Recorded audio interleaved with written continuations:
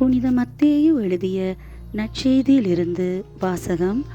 அதிகாரம் 9, வசனங்கள் 14 தொடக்கம் 17 வரை. நோன்பு பற்றிய கேள்வி.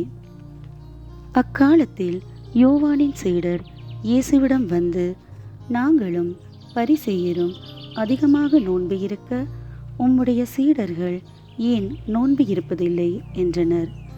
அதற்கு இயேசு அவர்களை நோக்கி, மணமகன் தங்களோடு இருக்கும் வரை மணவிருந்தினர்கள் துக்கம் கொண்டாட முடியுமா?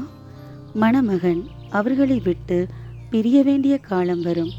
அப்போது அவர்களும் நோன்பு இருப்பார்கள். மேலும் இவரும் பழைய ஆடையில் புதிய துணியை ஒட்டு போடுவதில்லை.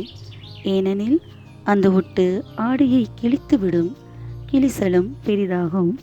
அதுபோல பழைய தோட்பைகளில் புதிய திராட்சை மதுவை ஊற்றி வைப்பதில்லை. ஊற்றி வைத்தால் தோட்பைகள் வெடிக்கும், மதுவும் சிந்தி போகும், தோட்பைகளும் பாழாகும். புதிய மதுவை புதிய தோட்பைகளில்தான் ஊற்றி வைப்பர், அப்போது இரண்டும் வீணாய் போகா என்றார். இது ஆண்டவரின் அருள்வாக்கு. இறைவா, உமக்கு நன்றி.